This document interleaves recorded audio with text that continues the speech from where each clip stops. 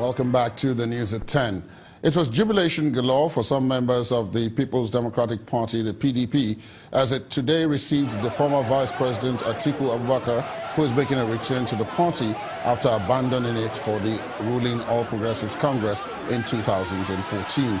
The former Vice President was accompanied by PDP leaders from Adamawa State and the former Governor of Niger State, Dr. Muazu Babangida Aliyu. The visit, according to Alhaji Atiku, is to reunite with members of the party, as well as establish the fact that he has come back to stay. While thanking the McCarthy-led committee for working hard to unite the party, Alhaji Atiku praised the PDP for opening its doors to all who left the party, appealing that returnees should be allowed to contest equally with any other member.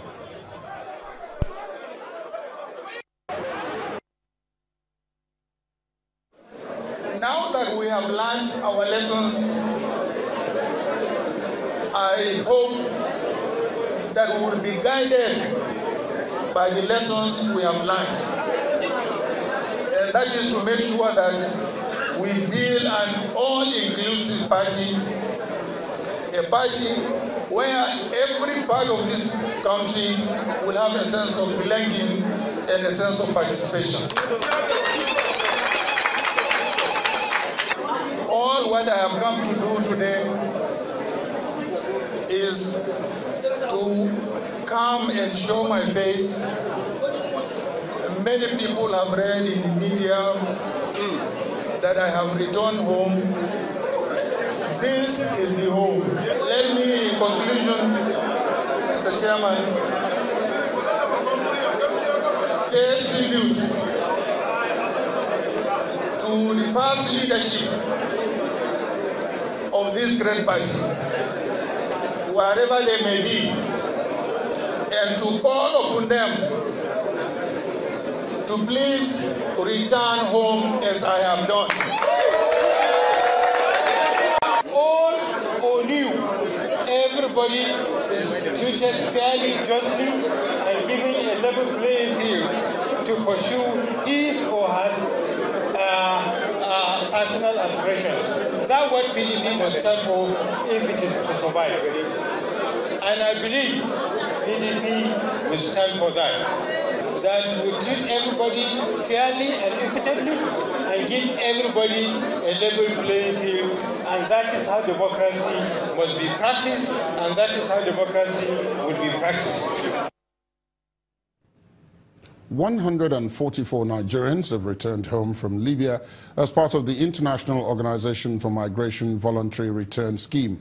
They arrived at the Murtala Mohammed Airport and were received by the Senior Special Assistant to the President on Foreign Affairs, Mrs. Abike Dabiri, officials of the National Emergency Management Agency, amongst others. Among the returnees were 39 female, 97 male, 2 children and 6 infants. Their return comes barely a week after news of slave trading of Africans, including Nigerians, in the North African country drew global criticisms, with several leaders and authorities condemning the practice. Meanwhile, the Nigerian Ministry of Foreign Affairs says the Nigerian embassy in Libya has a record of 2,778 registered Nigerians in inaccessible detention camps ready for repatriation. A statement from the ministry says the embassy, in collaboration with the International Organization of Migration, repatriates 250 Nigerian migrants per flight to Lagos weekly, and so far has repatriated about 3,000 Nigerians. It says the exercise is continuous and the embassy routinely issues the requisite travel documents to the migrants, and that the Nigerian embassy in Libya will continue to engage the legitimate government and other stakeholders in addressing the plight of Nigerian migrants in the country. In the meantime, the ministry is advising Nigerian travelers to avoid Libya at this period because of the dangers that they may encounter in the process of their journey.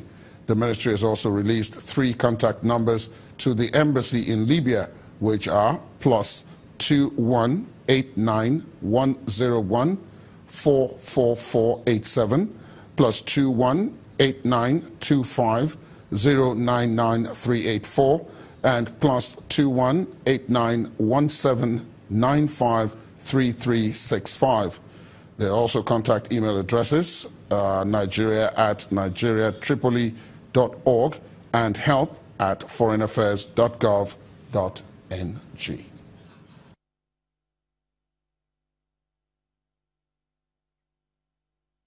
The Zamfara State Governor Abdulaziz Yari has vowed to leave no stone unturned in apprehending armed bandits in order to restore the peaceful coexistence of his people. Governor Yari was speaking during the presentation of the 2018 Appropriation Bill and Budget Proposal for that fiscal year to the State House of Assembly. The 2018 budget proposal, which stands at 130 billion naira, is 23% higher than that of 2017 at 107 billion and is tagged a budget of consolidation geared towards development. It was a busy day at the Zamfara State House of Assembly as the state governor, Mr. Abdulaziz Yari, made his entrance into the chamber to officially present the 2018 Appropriation Bill and Budget Proposal to the lawmakers.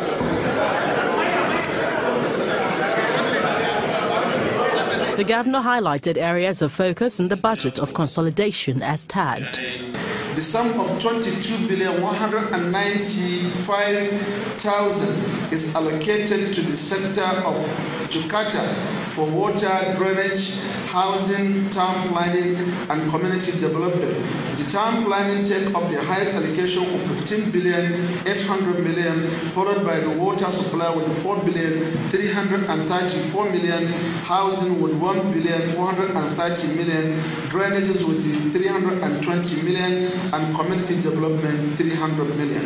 Transport 20,830,000,000, agriculture 5,921,000,000, power supply 3 billion, manufacturing 3,130,000,000. The budget proposal is estimated at 130 billion naira and is based on projected revenues of 46 billion and 84 billion naira for recurrent and capital projects respectively. The Speaker of the House of Assembly promised prompt passage of the bill to ensure speedy development and progress in the state. We want to assure His Excellency that we are determined to study the budget proposal and act accordingly within the shortest period of time to speed up the development process in the state that can be achieved through a proper budget implementation. The proposed budget also looks to redefine the government's role in the economy and boost entrepreneurship in the state. Time for the business news of the day. Here is Anne Nwawodo.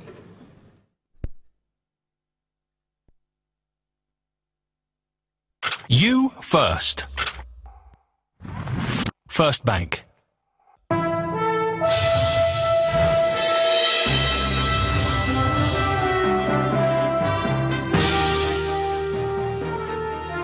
Well, thanks a lot, Ladi, and welcome to Business News. The House of Representatives has mandated its Committee on Capital Market and Institutions to investigate the allegation and circumstances that led to the suspension of the Director General of the Securities and Exchange Commission by the Minister of Finance. The resolution follows a motion of urgent public importance by a member who informed the House on allegations of interference against the Ministry of Finance in the activities of the Securities and Exchange Commission.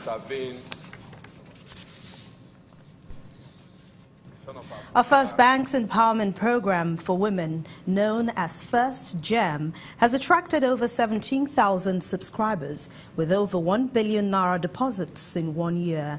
At the one-year anniversary in Lagos, female entrepreneurs were taught some investment secrets and necessary skills for running a business. First GEM is an initiative-based bank account designed specifically with the needs of women in mind. It's ideal for all women from 18 years and above and comes in two variants of savings and current accounts. At this first anniversary of the scheme, account holders are given tips for positioning for business and financial success. If you're a career person, then build a track record of holding a job for a period of time or for sustained time. But when it comes to you building your personal wealth, it's about you making a decision as to where you want to go. That's what prosperous people do. They earn compound interest. They start to make their money work for them, whereas poor people pay compound interest. Obviously, there's what we call good debt and bad debt. Taking out a loan to buy the new iPhone, that's silly. Within 1 year of First Gem, over 17,000 female entrepreneurs have signed on to the product, leaving them with life-changing experiences. And we've put together an investment club where First Bank is helping us to track that revenue that's coming in and helping us also in terms of investing in real estate. When it comes to business, African women, especially Nigerian women, we are not doing badly.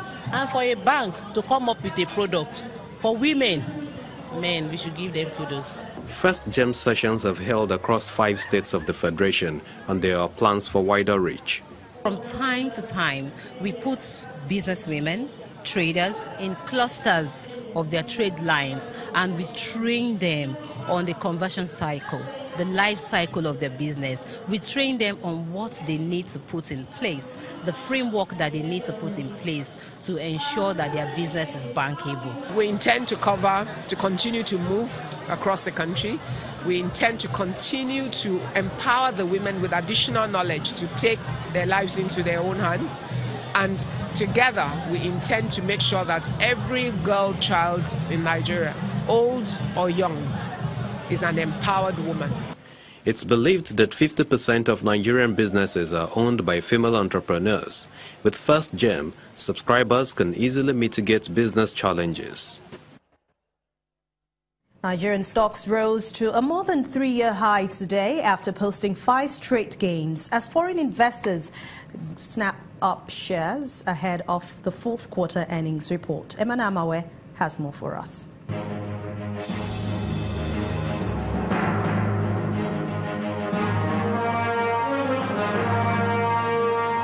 Hello and welcome to the Stock Market Report.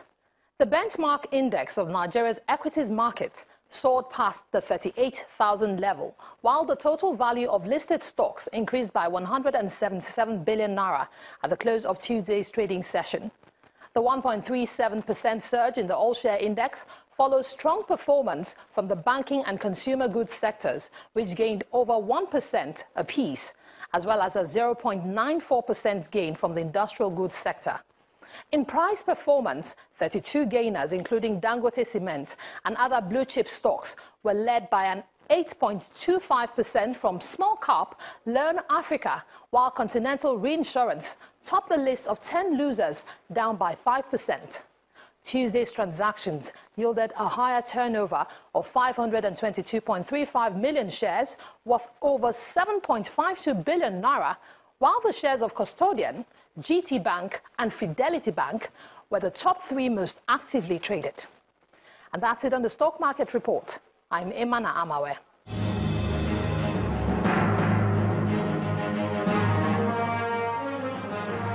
Thanks a lot, Emana. Now, for major world markets, they are looking very gloomy today across board as investors digest latest news surrounding Brexit talks and focus on fresh regional economic data. Let's take a look at the closing figures for today.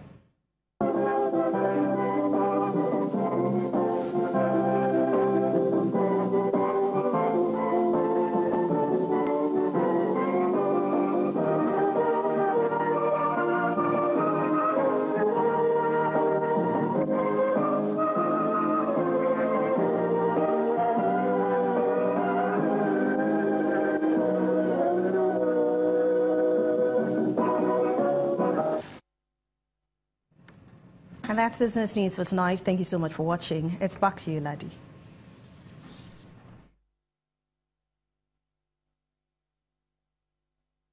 You first. First Bank. Thanks very much. And still ahead on the news at 10, European teams wrap up final group games in the UEFA Champions League with exciting results across Europe. That'll be in the sports news. Please stay on with us.